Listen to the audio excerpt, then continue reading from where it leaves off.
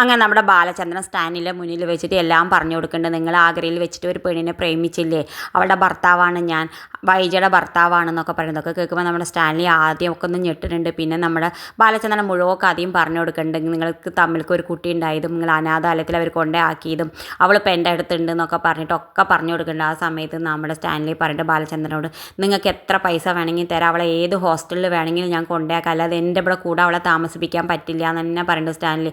ആ സമയത്ത് ബാലചന്ദ്രൻ പറയുന്നത് നിങ്ങളുടെ കൂടെ താമസിക്കാൻ വേണ്ടിയിട്ട് മാത്രമാണ് ഞാൻ ഇങ്ങോട്ട് വന്നത്, അവളെ വേറെ എവിടെയെങ്കിലും കൊണ്ടുപോകാന്ന് വെച്ചാൽ അത് എനിക്ക് വയ്ക്കുമായിരുന്നു, പക്ഷെ അത് എനിക്ക് അതിന് ഇഷ്ടമല്ല, അവളെ ഞാൻ എൻ്റെ സ്വന്തം മകളെ പോലെ നോക്കിയിരുന്നു ഇത്ര കാലം, അതുകൊണ്ട് നിങ്ങളെ തന്നെ അവളെ ഈ വീട്ടിൽ കൊണ്ടുവന്ന് വെക്കണം എന്നൊക്കെ പറയണ്ടേ, എനിക്ക് എൻ്റെ ഭാര്യയും മക്കളൊക്കെ ഉണ്ട്, ഞാൻ എങ്ങനെയാണ് അവളെ ഇവിടെ കൊണ്ടുവന്ന് വെക്കുക എന്നൊക്കെ പറയണേ. എന്തായാലും രണ്ടാളും വലിയ വാക്ക് തർക്കമൊക്കെ ആവുന്നുണ്ട്. അവസാനം നമ്മുടെ ബാലചന്ദ്രൻ അലീനെ വിളിച്ചു കൊടുക്കുന്നുണ്ട് നമ്മുടെ സ്റ്റാൻലിക്ക്. സ്റ്റാൻലിയോട് നമ്മുടെ അലീനയാണെങ്കിൽ സംസാരിക്കുന്നുണ്ട്, ആകെ പേടിച്ച് പറിച്ചിട്ടൊക്കെയാണ് സംസാരിക്കുന്നത്. എന്തായാലും സ്വന്തം മകളുടെ ശബ്ദം ആദ്യമായിട്ട് കേൾക്കുന്നുണ്ട് നമ്മുടെ സ്റ്റാൻലി.